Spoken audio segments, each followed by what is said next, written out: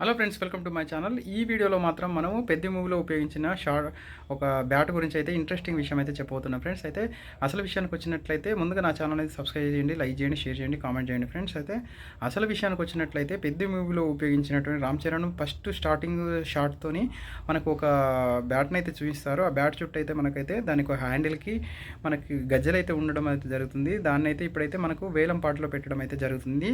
అది వచ్చేసి ఆన్లైన్లో అయితే అమ్మడం అయితే జరుగుతుంది. దాన్ని లాంచ్ చేసిన వారైతే మన అప్పల సూర్య జగపతి బాబు గారు ఉన్నారు కదా, పెద్ద మూవీలో కీ రోల్ ప్లే చేసినటువంటి జగపతి బాబు గారు అయితే దాన్ని అయితే లాంచ్ చేయడం అయితే జరిగింది. అది ఆన్లైన్లో దొరుకుతుంది ఫ్రెండ్స్. అది 6,000కి ఒకటి మనకైతే ఆన్లైన్లో దొరుకుతుంది. కాబట్టి మీరు ఎవరికైనా కావాలంటే ఆన్లైన్లో మనం ఆర్డర్ చేసుకోవచ్చు, దాన్ని పొందవచ్చు ఫ్రెండ్స్. అయితే అంత ప్రతిష్టాత్మకంగా దాన్ని ఆన్లైన్లో ఎందుకు పెట్టారంటే, ఫర్ ఎగ్జాంపుల్ ఇంతకుముందు కొన్ని మూవీస్ కూడా ఉన్నాయి. ఫర్ ఎగ్జాంపుల్ మనకు మర్యాద రామన్న మూవీ చూసుకున్నట్టయితే సునీల్ గారు యూజ్ చేసినటువంటి సునీల్ మర్యాద రామన్న మూవీ ఉంది కదా, దాంట్లో ఉపయోగించినటువంటి సైకిల్ కూడా వేలంపాటలో వేయడం అయితే జరిగింది నాకు తెలిసి ఒకటి.